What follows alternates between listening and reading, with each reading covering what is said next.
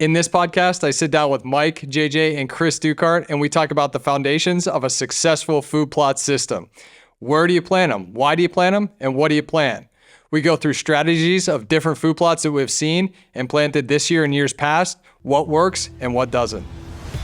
The Deer Society podcast is brought to you by Illusion Hunting Systems, Onyx Hunt, Reveal Cellular Cameras, 10-Point Crossbows, Prime Archery, G5 Broadheads, Osseo Gear, Raw Frozen Scents, and HHA.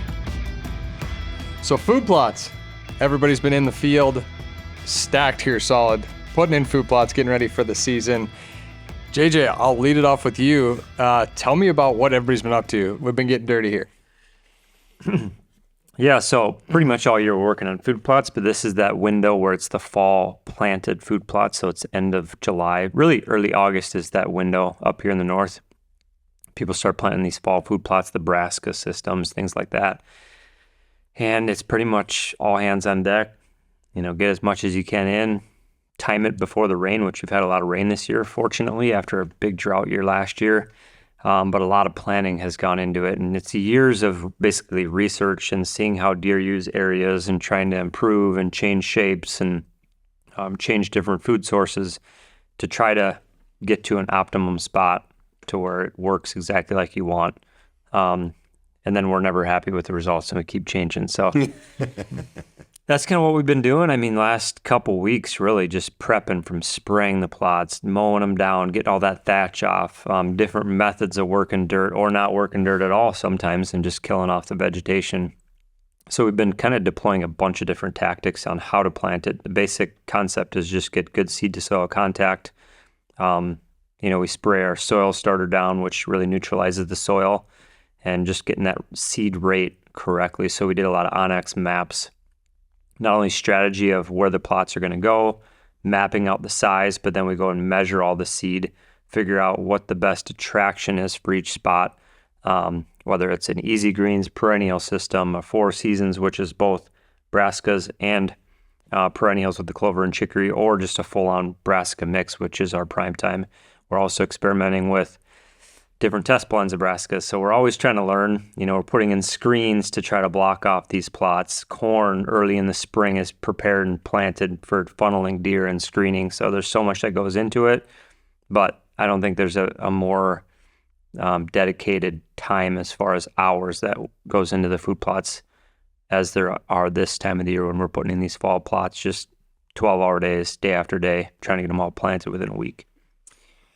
I want to break down some of the strategies behind, some of the specific plots and tactics that we've been putting in, you guys have been putting in so far this year. But before that, let's look more generally at how to create a successful food plot. And before you even get to the seed part and the strategy part of that, how you put it in, let's take a step back, and I'm going to throw this to you, Mike. What is the foundation, in your opinion, of having a successful food plot from the start? Yeah, there's some core elements that I always take into consideration, and one of the biggest, obviously, is the deer behavior. Okay, what are the deer? What is their behavior? I mean, they're bedding, then they're transitioning, and then they're going to their food source. Okay, and that's pretty consistent throughout the year, no matter whether it's rut or what's going on. So you look at your property, you look at the deer, you look at the area that you're hunting, and you figure out what are the bedding areas based on the wind, and then what are the transition areas to get to that food. And in that transition area, that's where you strategically would want to put your plot. Okay? And that's one of the core things that I look at. The other element is what shape and what is in my food plot. Okay? And how are the deer going to come into that plot? What's their natural routine to go through that area? And you got to make sure that you understand that you have to be able to get a shot at that deer. I mean, I think that's overlooked way, way too much. And over the last 4 years, I'm into the study in deer thing. I've been looking at that, and I'm watching how these deer are using the plot. Where are they coming in? Why are they coming in there? Where do they, how are they feeding into it, and how do they transition out of it? And it seems, not a big deal, but it's a big deal. If you can't get a shot at your deer, why did you put all that time and effort and work into it? So and of course, does and fawns are going to behave differently than a buck would. So you have to consider that too. So those are the core things that I look at. Yeah, and a lot of that, there's kind of two different ways to look at it. One is just how that plot is shaped, how you're making the plot to start with. But then I think about, what we're doing, the research and the visual, just watching deer down at the bat blind. That plot shape doesn't change, but we're changing every year on what we're doing from the screen to where the perennials and annuals are. Sometimes adding a tall brassica that works as, some cover deer can walk next to. It's like you can change how you craft your planting shapes within a structure that doesn't change, or you can change the whole structure in itself. And as you change that, I mean, it's not like we're changing it because we need to change. We're experimenting. You know what I mean? We put in a plant that came. It was what's that tall stuff that an Ethiopian cabbage. So cabbage. That plot is a half acre as a whole. Yeah. So we put that in there just to see if the deer liked it. Well, what I realized was they don't like to eat it, but they like to go to it because it was the tallest vegetation there. And that meant something to me. It's like, hey, they're following that line every single time. And all of a sudden the light comes on. It's like, oh, okay. And, like to JJ's point, you have different types of food in there for different times of the year. I mean, you got the browse, which is the chicory and the clover, and they're going to use that year round. But then once you get that, that later season, more that pre-rut rut, then those brassicas really, really come into play when they sweeten up. And so then they start hammering those. And if they do feel human pressure in a certain area that they don't want to go, they'll eat up the other side. They tend to eat up the part of the plot that they walk in first. And I think everybody kind of knows that. That's kind of a common deal. So that food disappears first.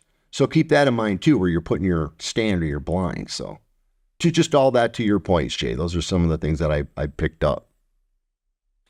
Yeah, it's interesting when we talk about how deer use a plot once they come into it and how they feed through it and how they transition through it.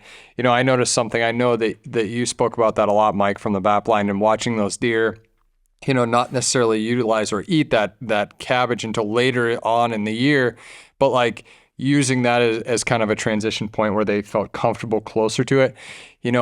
I noticed that in a little different way, but the same concept. Last year, I had primetime planted in that plot. It was the plot that Adam shot his buck in. And there was one area in there that we just must have missed spring or whatever it was. And we had like a patch. It was like this little island of thistle, just weed, but it was tall. And it was the only patch that was like that in the whole plot.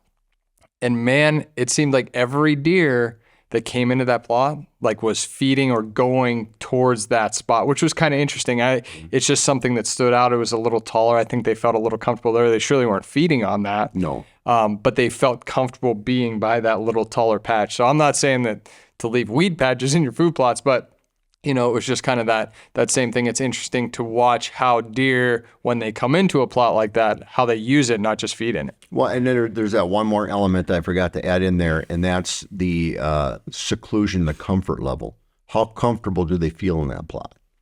You know what I mean? So that's where the screening comes in. Screening is huge. Depending upon where you are, you don't need to screen every plot. We have one called hidden plot that's, in the middle of, I think, a comfortable area on the property. So that comfortable area in the property, we position that so that we could just access it easy in and out with the right winds. So you didn't need any screening at all. But where the bat blind needs a lot of screening because the house is not very far from it at all. And then there's a road by there. And so there's a lot of human element, but it's just amazing how they continuously use that plot year after year after year, consistently. Chris, what do you know about hidden plot? Well, no, I was just kind of thinking through everything here over. Shot your buck there last year. Yeah, that's where I shot my buck last year. And that plot, it struggled. It definitely struggled some last year because I was just thinking, what makes a successful food plot? Well, what aspect are you looking at? I know Mike really got into good details about like, the strategy behind it, the planning of it, how you use it and utilize it. But there's a huge element that comes into play here for all of us, and it's the same thing farmers deal with. Sometimes you're relegated to what's the weather going to do for you too. You know what I mean?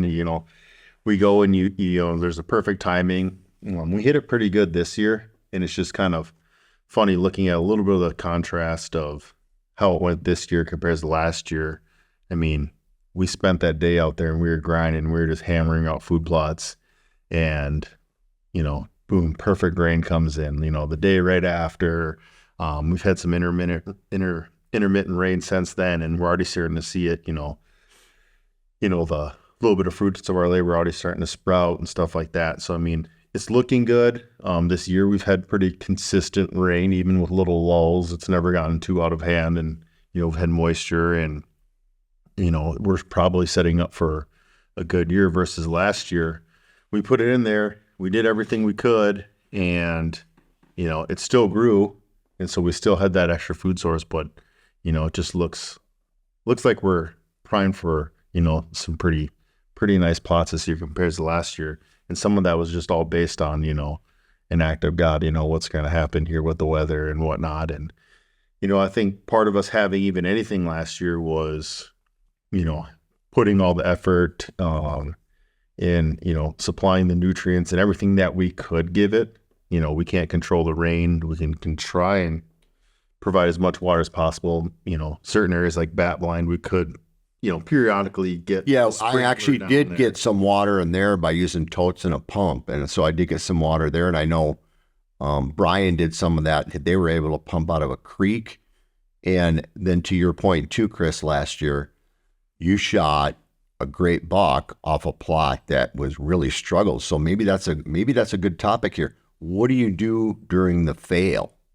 What happens? Because there's fails. Remember, JJ, you dealt with them worms that destroyed a whole bunch of stuff, and we had to replant. I mean, yeah, what about the fails? So last year, Chris, yours wasn't really a fail, but it struggled. Why did you kill that deer, though? What did you do? What did we do a little differently in that plot that kept that deer coming in, do you think? Well, a couple things, and it kind of comes down to the basis of getting it placed in the right spot. We knew we had this plot positioned in a great staging area between, right off a couple bedding knobs, to right where they're, going to wake up, get on foot. They have that instant little food source where they can browse. Like I said, there was still some food in there for sure. Just, it wasn't like huge, lush, picture perfect model plot. We would have put it on a catalog, but it was food. We had a strategic water source there as well, and then it was also positioned right in that transition out into a bigger ag bean field up behind us. And again, it's completely surrounded and secluded by a little bit of like on the slope hillside / the tree line there. Yep. So it had all those elements that you could want for it. So even though it wasn't the picture perfect plot, it still had some substance there, and it produced the biggest buck on the property. Yeah, and we always want our plots to look catalog worthy, but if we weren't doing so much filming and having a visual impact on what we do, I think we'd be a lot more okay with weeds coming into the plot, like you were talking about. Kind of get some of that structure anyway. I was just thinking while we were talking the past 5-10 minutes here about ways that we're basically analyzing structure inside food plots this year and what we've seen in the past. So the example of, having tall weeds in your food plots, like your button weed or velvet leaf or thistles. Looking at plots this year, what happens? So and by the way, we have a vlog that just launched here this Sunday, all about our food plot planting this past week. So you can watch that. There's actually a discount code in the vlog for 20% off Illusion Food Plot products. So check that out. But think about what we've done this year that's had a different plant source or some type of structure inside. So the one plot, 3/4 acre of corn that got mowed down to 3 feet tall, 4 feet tall. Well, instead of having an actual corn plot there now, we left that standing corn, sprayed out the weeds with the glyphosate, and we added our soil starter. And we went and added the primetime brassica into that corn. We're going to have 3/4 of an acre of brassica, in theory, coming into a 3-4 foot tall corn that won't be productive. That's a lot of screen and structure in there. We're going to see how that works. I think it's going to be phenomenal. Yeah, and that goes to the point when I talked about what do you do during a fail, And when I say fail, it's not something that you're failing at. I'm talking about a food plot that just doesn't go because of something you can't control, rain or whatever. And so let's look at Chris's situation last year. We're not going to call that food plot a fail, but it was way down in standard wise. But what really created the consistency for him to kill that buck was two things. One, the size of that plot, you know what I mean? And when that deer hit that plot, he was within range immediately. And the other was, why did he come out in that spot where he was in range immediately? It's because water. Drought, hard on the food plot, hard on the deer, no water. The deer need water, so the water now became probably the core element of that spot. So that's how you cure fails. Another one, JJ just explained. This year we're dealing with a fail. The deer came in and all the ag was removed from this, probably within a square mile or a quarter, at least a square mile. And housing was put in and taken out the main food source in this spot he's talking about. So there was a corn plot put in so that we could get some more ag in there, and they destroyed it before it had a chance to get up. So now what do? JJ said, hey, look at this. We'll keep it for that screen, and now we're going to throw in these brassicas, and if they come up, now we have food and we have screen, because we learned how important screen is in a plot. They love it. So the corn won't produce, but it's still going to serve a purpose. It's a fail, but it may not be a fail. We may shoot a giant off of that area again. So, and the worm thing, maybe you can talk more about that. How did you deal with that fail? Well, yeah, the one year the army worms came in and they're a grass-eating worm, I guess you'd call them, caterpillar. So they wiped out like our rye and oat plots, and we just had to try to patch it back in. It was September, the season was starting in a week, and we just had to try to just fill it in with as much seed as possible and just hope for rain. And a little bit of plot came back, but it wasn't ideal. But just try to figure out what that next best thing was that we could do. And in that case, that's what it was. But, looking at other screening things, and maybe you consider this a fail, Brian, maybe not, but it's not really a fail. But, you have that one plot way back in. We put easy greens in the spring. You can't get to it now. Corn was planted way too tight to the trees. We've had so much rain, nobody could get there. You got 6-7 foot tall thistle. I guarantee under that thistle is 1 to 2 foot tall easy greens clover. So what do you do about that? I mean, are you looking forward to hunting it as is? Yeah. Just seeing what happens, or what are you going to do? Yeah, I mean, that's kind of a work in progress right now, honestly. We've been trying to experiment with some different ways to get back there. Again, it's been very difficult to get back there because we can't get any equipment back there. The corn is planted right up to the edge. It's not an easy spot to get to its way back in. I think we really have a couple options at this point. One is hunt it as is. Interestingly enough, I know what it looks like because I flew the drone over there the other day, and just in flying the drone over it, like I could see deer were using it. And there were some deer in there, just flying really high, could see that. So, one option is to hunt it as is, because as to your point, being in there in the spring, frost eating with easy greens, I think there's a lot of clover that's probably underneath those thistles. The other option would be potentially to try to get in there if we could get a road through the bottom and mow it, and potentially try to spray those thistles out and have that clover come up through there. The problem with that is we're getting closer to the season here, and to get there is going to be a task. So I don't know. We'll keep you updated on what that looks like. I got a comment on that. Now I can help you with this because I experienced the exact same thing. Okay. I have a food plot right in the backyard of my house. Okay. It's been there. I've been there for 20 years. I've been putting it in, and it does two things. One, it keeps the deer off my shrubs. And the other thing is it allows me to study the deer. And we've talked about that before in past podcasts.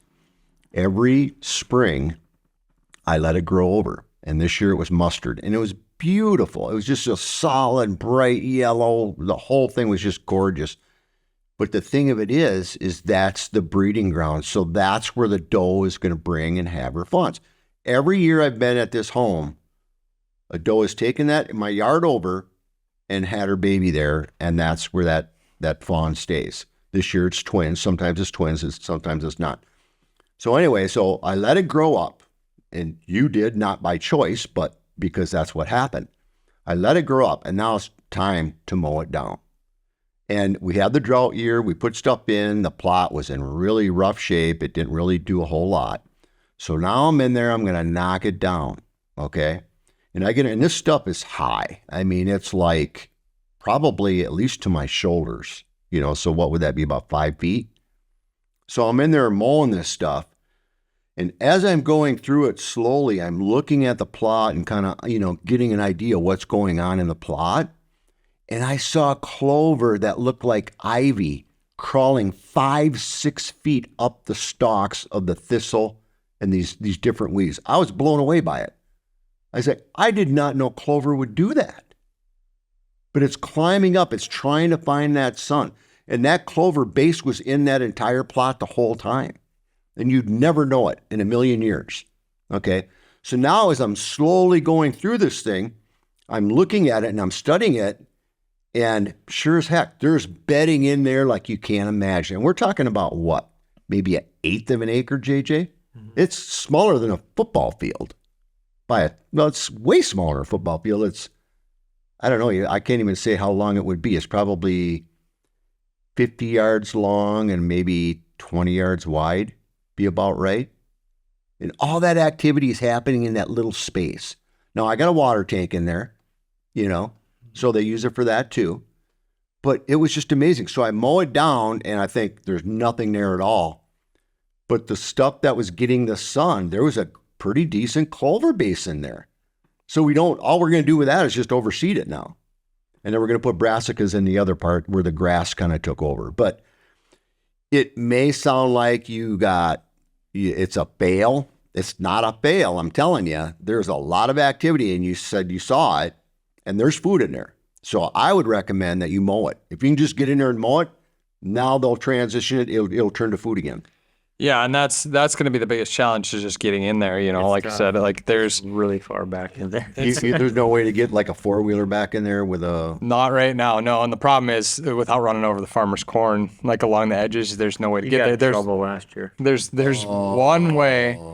There's one way to get in there, and at this point, and it's to make a new trail through the bottom of this big valley, and it's kind of right in the sanctuary zone where we never, ever go. I wouldn't do it. I'd let it go, and I'd let them use it as a bed food source. What I thought about is, sometimes you have to get creative, and some guys that don't have big equipment, you got to think about getting creative a lot.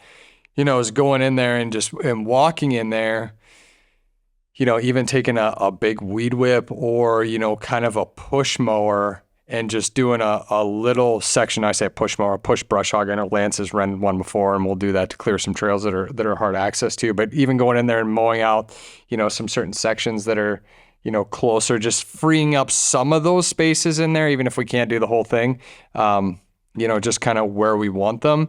So yeah, that's kind of the thought at this point. I'd be conservative now that I know that you're in that situation, because you don't want to upset the farmer. Then you don't get to hunt nothing. Exactly. Yeah. Exactly. Yeah. Another thing that we saw while we were doing some plots and stuff, that corn is getting hammered. And you talked about, people having limited tools or equipment to put in plots. I mean, if you can work with a farmer, it kind of depends on what they're willing to do. But I mean, there were some 1/4-acre corners that's not going to produce a cob of corn that you could easily, like we said, put brassicas in, and it'd be a phenomenal food plot. But you got to talk to the farmer first. So there's that option too, if you can't get in there and till things up. The brassicas, I wonder if they get high enough. I suppose it depends on what variety you use, but would they get high enough to impact the combines when they pick the corn? Because if they're not, then I'm sure it wouldn't be a big deal if you talked to them.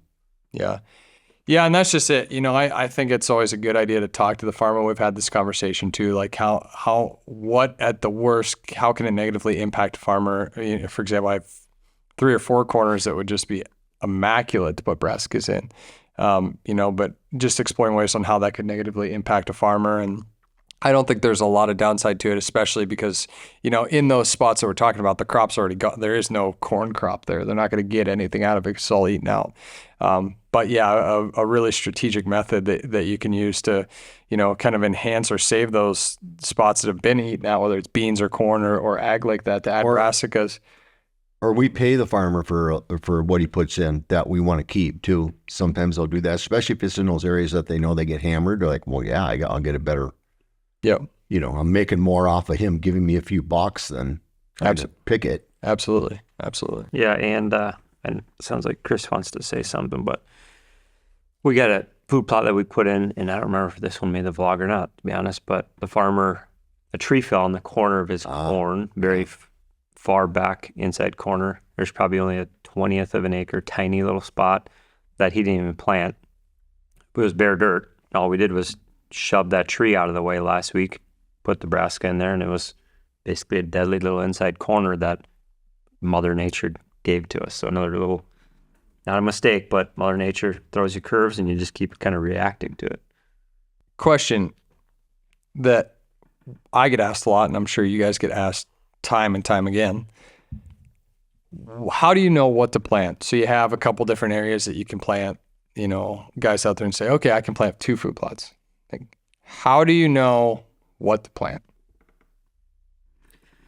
I think it's personal preference. Yeah. I like a little bit of everything, but that's just because we're always into learning. I'll make a comment on that. All right. So imagine Mike making a comment on something. What I look at is when you're putting in your easy greens, okay, the clover and the chicory, that's pretty much a early season food. I mean, I think we can agree on that. Spring, summer, it's going to be a food source that they can use. So to me, I would look at the value of that is to create the does to want to, like I said, I watch it in my backyard. A doe will take over a certain area for certain reasons because it's the right habitat for her to safely have her fawns and raise them with food, okay? And there's water there and whatnot.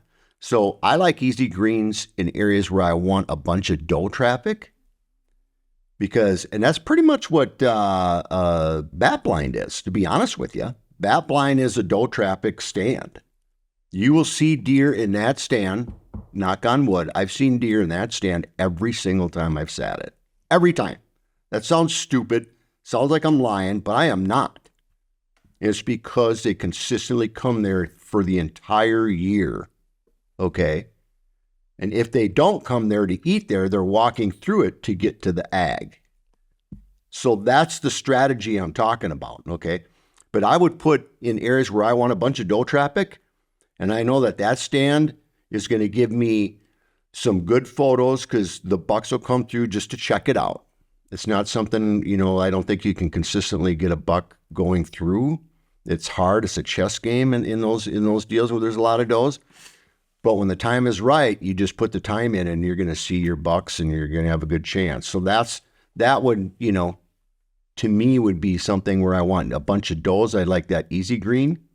So that's just one comment I have on that. But obviously the brassicas are really a good, pre-rut food source once they start getting sweet, and then a lot of deer will start coming into that. What are your thoughts on that? Anybody else?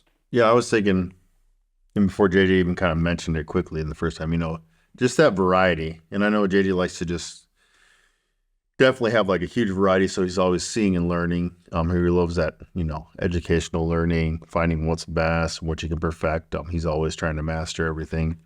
But I mean, just seeing it, from like the broader picture and watching the deer, having those varieties, like Mike said, there's seasonality to it. Clovers and chicories. Kind of brings me back a little bit to hidden plot again too. So not necessarily something we planted per se, but again, that was an early season kill. So it was, and that plot was clover and chicory. And even though it was like, a thinner plot, the deer were still coming out and they were eating the clover and the chicory. I was watching, I was filming every time. They were still eating, browsing through there. But we had like a bumper acorn crop last year too. Oh, yeah. And like, so every time I was on, it sounded like it was just raining in the woods completely around me. There was a lot of or a lot of oak strips right around there. And they would kind of, browse through that plot, and then everything, and especially the bucks were constantly behind me, just browsing through that. And then again, the field beans, typically up here in Minnesota, the beans are an earlier browse before they switch over to the corn egg fields. So everything was pretty early season in that plot. And I think just having that variety out there, because then, transition later in the year, everything was down by bat line, which was big time brassicas. And then, later in the year, obviously they were hitting up the corn heavy. So yeah, just having that variety really kind of gives the deer, an option and, just basically everything they could want for the different seasonalities of everything, the different nutrition levels and all. Well, that and also, where's the food plot at? I mean, we're talking only about our farm and what we're experiencing, but I mean, if you can't get equipment back into a place, that has a big impact on what you're going to plant. Just because we prefer brassica for pre-rut because we know that they come ripe just at the perfect time, right when them deer are starting to get active, and they'll hammer these plots and we get great footage and we get great action and we get a lot of traffic. That doesn't mean you have to have that. If say we weren't able to do that, you could still use your clovers and stuff like that, and they're still going to, behave similar, especially if you do it like strategically by a corn edge or a bean edge, or if you don't even have that, if it's all timber, acorns, like Chris said. What are they eating in the timber? You know what I mean? So you just have to learn. It's really about the deer's behavior and your ability to, you want to grow a good plot. Now, I'm going to add one more thing, and it's not burning on JJ. It's just talking about how he thinks. Chris kind of brought it up. He's looking for that perfection. He's always looking for something new, something this, and that. And so I'm the mower. I got to mow everything. Okay, I'm on the mower 2-3 times a week. I'm doing 7 acres of mowing, and then JJ will throw in, hey, Dad, hit up the clover plots. So I'll go do those. And what I've noticed is that in these clover plots, basically my point, I'm just going to get right to my point. If you got weeds in your clover or in your field, don't get freaked out and think that it's a fail, because that stuff is still thriving in there. It may look a little ugly, but it's still there. That food's there. So don't freak out if you got, 30 thistles in your food plot. It's not going to have that big of an impact. Or the buttonweed. It's not going to have that big of an impact. If anything, it'll shadow it out and you'll have some little open patches, but that's going to fill in, but you can mow it. If you can get in there and mow it, great. But if there's a few weeds in there are a lot of those weeds I've seen that the deer were actually eating rather than the clover. So yeah, don't freak out about weeds, unless it's completely destroying your plot, Yeah. So that was just a point I wanted to. Especially if it's like a time constraint or like an ease of access. I mean, yeah, for us, we have a little bit of pressure. We want to make it look good. We're doing a lot of content and stuff like that. But again, you don't want to be blowing your property out too if you're just in there every day because you see a couple new weeds and you're walking through and you're spraying, and you want to kind of, think logically too, because it could be a negative consequence on the impact of you just being there every day. Well, if you're there every day, the deer probably don't want to go there because you're there every day. They know there's human presence there. So, yeah. Then again, can you actually get there? Is it feasible? You don't have to worry about it or stress over it. Yeah, for sure. I mean, I can think of pretty much every plot we have has some type of weed in it, and we're always, I wouldn't say battling it, but yeah, to get a good looking plot for product photos, really, we're trying to keep it clean, but it's not a big deal if it's just a small percentage. Now, if it's completely taken over the plot, different story, but don't worry about weeds too much. Going back to the perfect, I don't know what the question was. You asked if it was a perfect plot or what the best preferred plot, yeah. So good thing about the blends we have is there's a large variety in there, so you got attraction throughout different parts of the year, even if it's just from one week to the next, especially with the brassicas as they grow and mature. But even that clover mix, the Easy Greens has different clovers and chicory, so a variety of attraction. Add your weeds in there, you get maybe 10, 12. I look at the plots that we plant, which we do a ton of every year, and they're all different shapes and forms like we talked about. Brassicas and corn, brassicas and beans, something 4 seasons. We add rye on top, and that's growing in and whatnot, and screening and all kinds of stuff. When I think about my favorite shapes and ones that I think are the best, I think our plot down there at Bat Blind is really nice for watching because you can see different plots and how the deer move from one to the other. Like on a warm day last year, some of the deer would stay in those clovers, easy greens, and then the colder days they'd shift into the brassica prime time. But then I think about a long plot like Powerline, which is a plot this year, which the Powerline company, basically they pulled the poles out of the plot. So now we got this wide open lane that we can plant without having to deal with, some obstacles and limitations. We came in with easy greens last year and blanketed the whole thing, came in really thick, awesome clover chicory plot. Some weeds in there, but we're trying to control that. We mowed it and stuff. Then we came through, killed half lengthwise. So let's call it 100 yards long plot. Maybe it's 25, 30 yards wide. I don't think it's even that. We mowed one half of that. So 2 long strips to now where that's a brassica mix right next to our clover easy greens mix. So the deer can transition. So this is all an experiment. The deer using the plot now as clover, they can transition right into, they just take one step and transition to the next green source. It's a really long and skinny plot. So if you are set up on that, on the side, the deer are passing by you. They're not kind of staging out in this massive block. A lot of screening on the side with all the trees that have been cut down over time, basically just screening the 2 sides. That to me is like a perfect situation of, it's only a 1/4 acre. So we divided that in half. So, 1/8 of an acre of prime time and easy greens, keeping deer moving. That's definitely one of my favorite concepts. Also, there's a couple plots, one being the Field of Dreams we were talking about. It's kind of a baseball-shaped plot. And we also have one that looks like that at our property called the Oak Tops over to the northwest, where it's we put a screen around the whole thing. It's a big bowl with a low spot in the middle, and the deer kind of come in, show up through the screen, and just funnel down in there, and they feel comfortable. Not getting too big with those. You want to be able to shoot across them. But yeah, something small that deer can come in, you can mostly get a shot at, and then kind of keep them moving. So if it's an evening hunt, you can get out. But yeah, a nice mix is always preferred. Yeah, I think as much variety as you can give them, if you have the ability to, if you have a couple different food plot options, if you could put a couple different things in, I think that's a great way to go. Instead of having just solid brassicas or just solid easy greens, if you have the ability to plant both. Now, again, it's going to depend where you're at. It's going to depend where you're putting the plot. Like your easy greens mix might do a lot better if you have a small plot that's more shaded, right?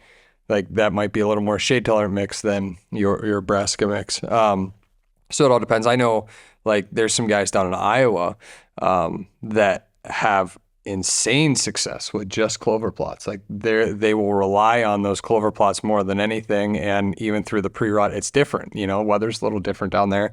Temperatures hit a little differently at different times. And like through the pre-rut, even through the rut, they put a lot of emphasis on hunting those clover plots and have a lot of success there. So I think it goes back to, again, Mike, what you were talking about, like the foundation of your food plot before you just decide, hey, I'm going to throw some seed in the ground. Like you have to really understand where your deer are, what they do on your property, where you want that food plot. If you can break all those things down, I think that'll help you decide, what to plant and why you're planting it. Figure out the why before you figure out the what. And I want to add something to that because, actually we saw a picture came through the other day on a text. Was that Brian Clary's, where it was kind of an oak stand in the Yeah. Oh my goodness, did that plot look plush. It was basically in the timber, plush clover through the whole timber. I was amazed by it. That's going to be killer. That's got to be a killer spot. And one of the reasons I think we have this success, of course, we had a good year with rain, it's because of the actual system. So we're able to condition the soil. Easy to do. Take a little 2-gallon hand sprayer, just walk it, takes minutes. Condition the soil, get the seed there. The seed takes hold. Once it starts to grow, then you hit it with a root booster and let them roots penetrate, healthy plant. And once again, 5 minutes, go out there, walk the plot. And as that canopy builds, you charge it, supercharge it with that foliage fuel. and it just goes up. And even in the bad years, like last year, like Chris shot his deer off of the hidden plot, it was a food source where everybody else I looked at on Facebook and talked to, it was just 100% failed. Nothing even grew. Everything was dead. So, and then when you get those years with rain, then you get these super catalog type things like we're talking about.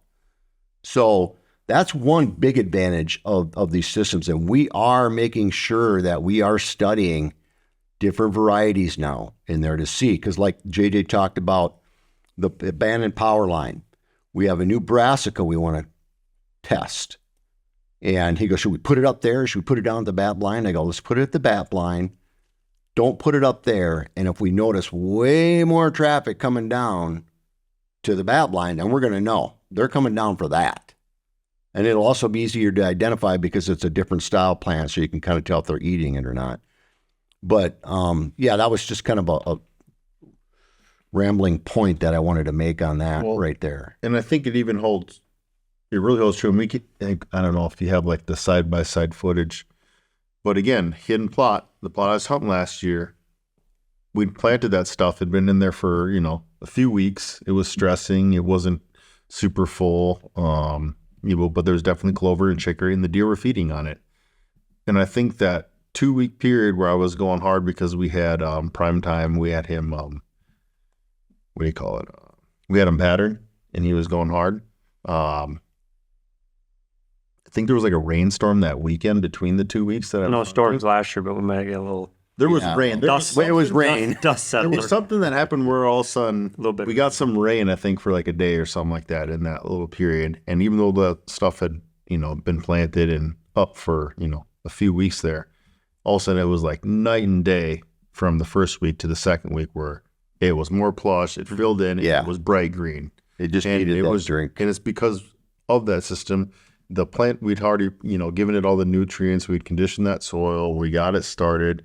We had done some of the foliage fuel and the root booster to get, that plant growing and growing. It had all the nutrients it needed. Just once, that little bit of water. And it was allowed to do what it wanted to do. And it was during the season, so we're all freaked out because it's not high performance before the season. But that little bit of rain during the season kicked it in, like Chris said. I mean, I think you'd already shot the buck by then. But the other point that I forgot to say, I built all that up about this, and that. But my real point on the end of that was that the size of the food plot, don't get caught up in, I got to have more food, because we have a high density of deer, and we took 5 does off this last year because there's just too many deer on it. And so we took 5 does off it, but they did not eat up all the food that we had. So, and the reason of that is not because we have these massive food plots. It's because of the tonnage and the value of the food that come in these systems. In a smaller area, you're getting as much, if not more food. And I don't want to do a percentage, but I want to, you might know the percentage. Is it double what you would get in a plot, double that size? Or what's your thought on that, Jay? The tonnage is way more. They rarely completely eat up the entire, I haven't seen it yet, other than bat blind that one year when we had a real hard winter. Yeah, I don't know what the percentage is, but definitely increases that. There's no question that just. So my point was just, plants. Don't get caught up in a huge food plot, because now you got disadvantages. They're going to come in different areas. You're not going to have a shot. There's just a lot of things that can happen. The smaller you can get it with the right amount of tonnage in there is the perfect scenario. That's a point I'd really like to drive home. It's more about strategic location and size and tonnage than it is how much food can I give the deer. Yep. And then a couple other things. So basically what happened, with that primetime plot Chris was on last year is we fed the plant with liquid fertilizers, didn't have any rain. Once the rain hit, that plant already had what it needed, and it shot up. Now we didn't get the bulb growth on a lot of those plants. It became more of just a foraging brassica at that point, but that's fine. Still attracted deer, didn't go quite as into the late season as we had hoped.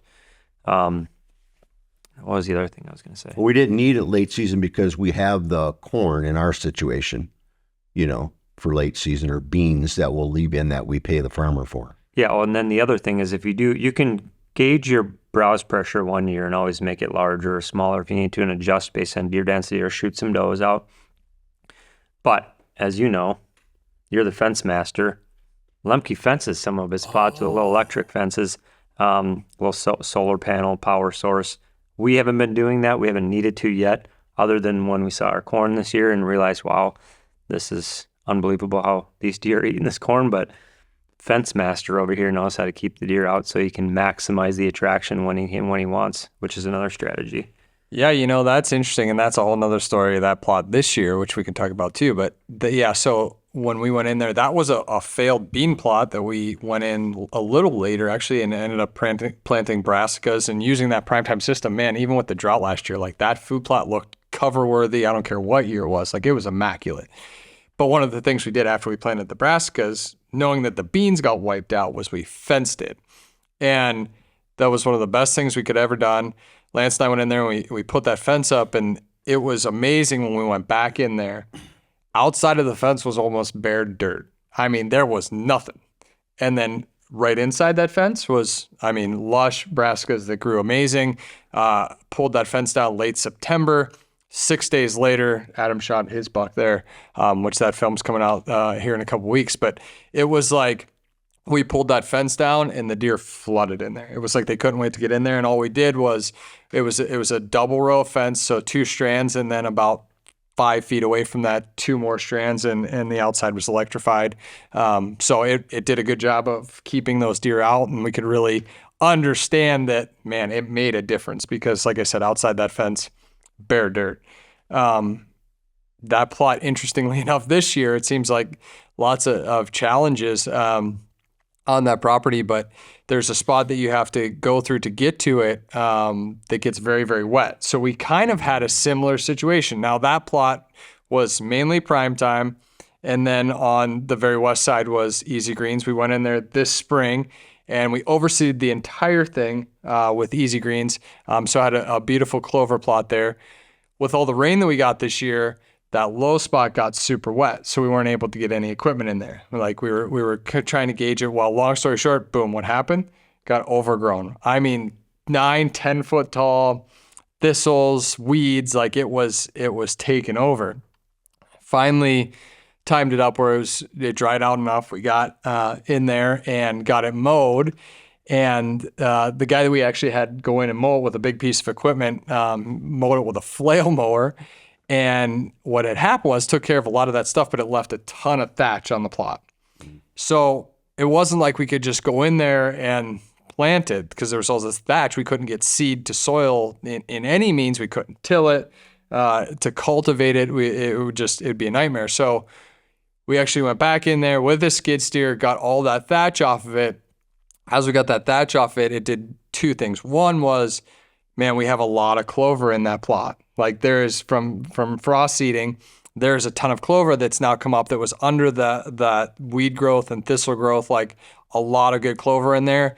And also now getting that thatch off it exposed in those areas, a lot of bare dirt. So what we did is we went in there and we simply just overseeded it. So we broadcast brassicas throughout the whole thing. For the most part, we did leave a couple of those clover sections just as is, but we didn't work the dirt. We obviously sprayed as many of the weeds out as we could, but we broadcasted prime time over that clover, and we'll see what happens. It's kind of a waiting game to see how that all unfolds, but we could have something pretty special there. It may not look as pristine as last year, like this amazing brassica plot, but I think it could be pretty cool in there with a lot of brassicas and that Easy Green still there. And then, what was it, that night or the day after, we got, 3 to 7 inches of rain, depending on the location. So we're hoping that the seed's stuck on top of that hill. We're going to have to go back and actually, wouldn't be a bad idea in the next 2 days to look at, seed should be germinating. Plenty of rain came in after that. See how the brassica placement or spacing looks and potentially fill in spots if there was a big washout. Or it could just be really good. So it's kind of like, hey, go back, see what's going on.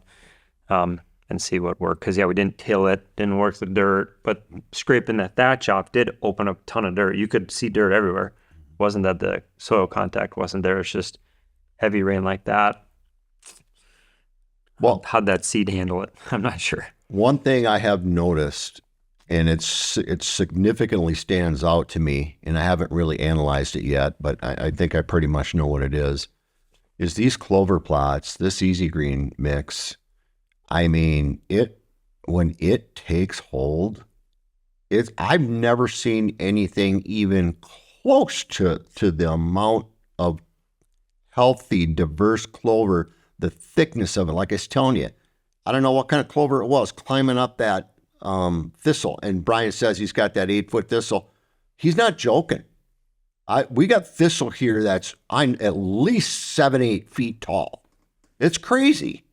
And it will get that tall. But when I saw that clover climbing up that and then you mow it down, like second year Easy Greens is phenomenal. And that was after a drought.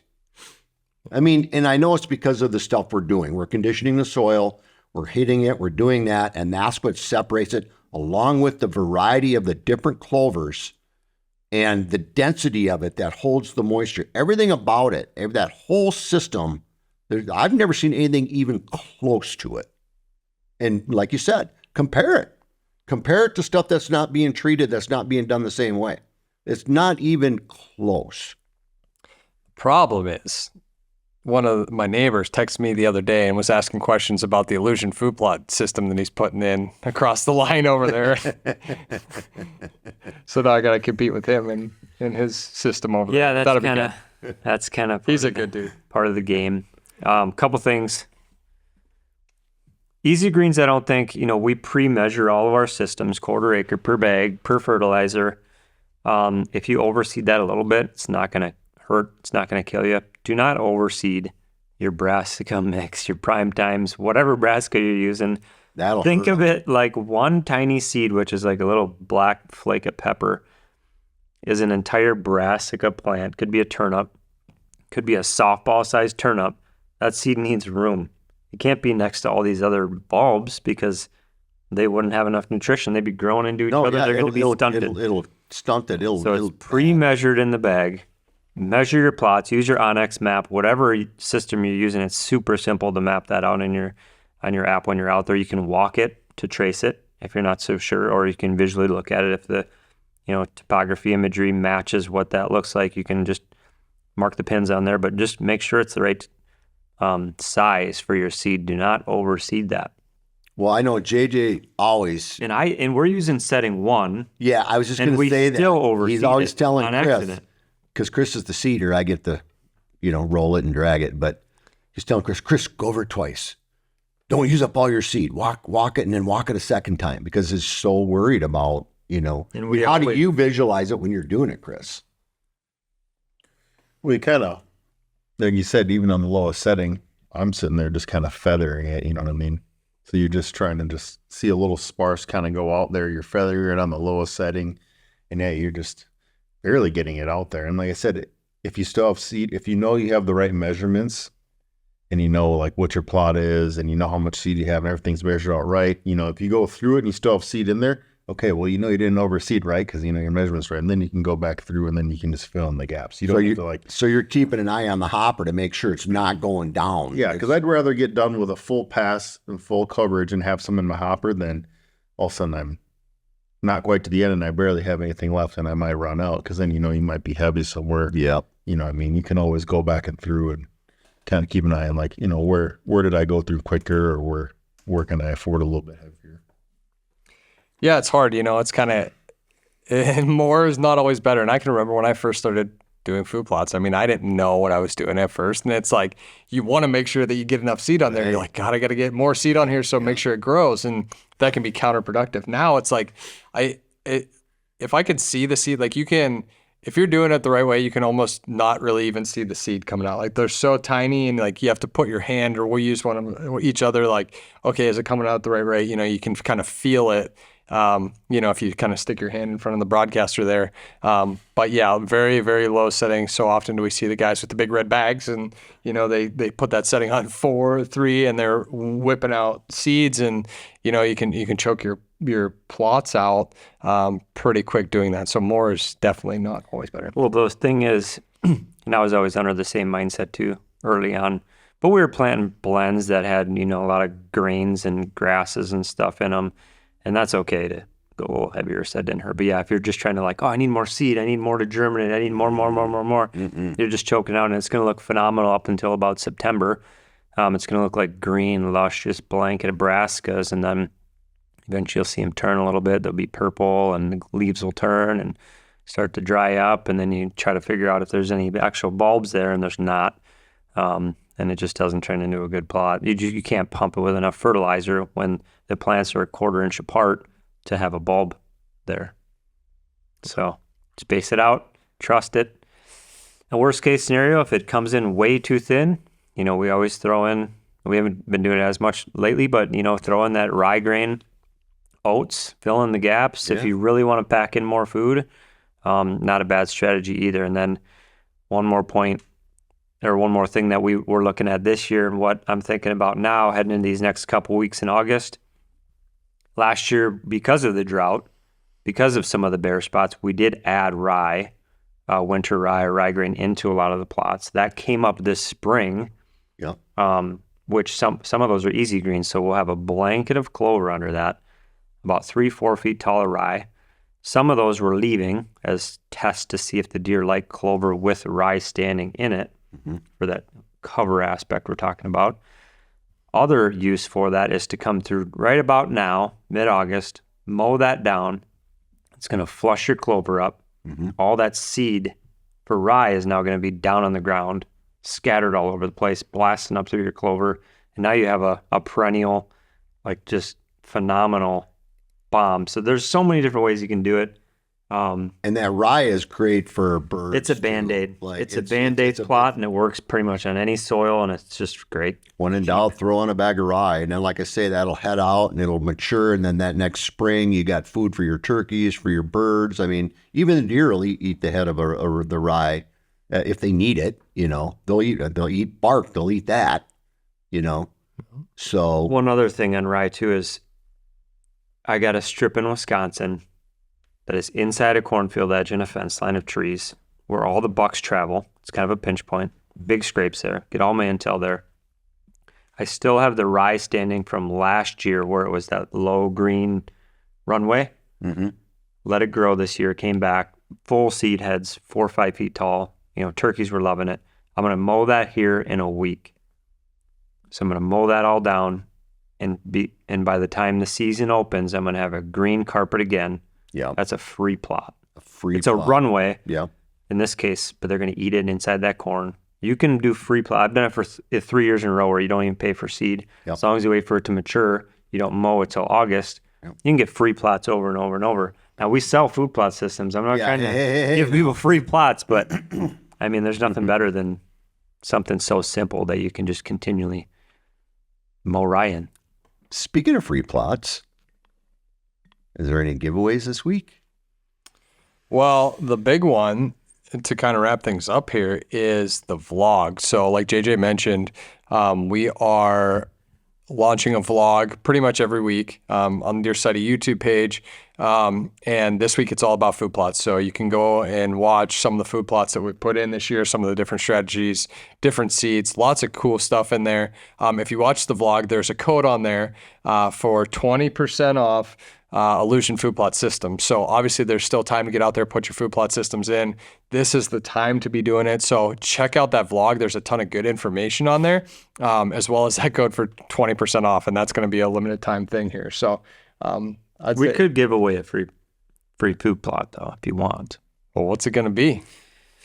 Well, it's got to be Brassicas. So a free prime time system. Just say, comment prime time anywhere you see this. It could be social media if it's a clip. It could be YouTube. Anywhere. Prime time. Give away a system. There you go. Time system. Now's the time. Well, hopefully you got something from this podcast, learned a thing or two about how to put in a successful food plot, some of the things to look for. Definitely check out the vlog, comment primetime anywhere. We'll give away an Illusion primetime system. We'll select one winner. Not everybody that says primetime. One winner. Maybe two. Just one? Maybe two. I'll see what I can do. Chris, they're going out the door quick, aren't they? Haven't they been pretty busy this week? Yeah, food plots are going this time of year, so. I've seen the The Walmart. stock looks. I've seen big Walmart trucks here a lot. But thanks for tuning in. Hopefully you learned something. If you're watching on YouTube, make sure you subscribe. Check out the Deer Society app, everything that has to offer. Hunt breakdowns coming soon, really soon. Big film coming up. Lots of exciting stuff that's going to be coming out through the Deer Society channel here. So thanks for tuning in. Make sure you like, comment, subscribe. Drop us that primetime code, and we'll catch you next time. The Deer Society podcast is brought to you by Illusion Hunting Systems, Onyx Hunt, Reveal Cellular Cameras, 10-Point Crossbows, Prime Archery, G5 Broadheads, Osseo Gear, Raw Frozen Scents, and HHA.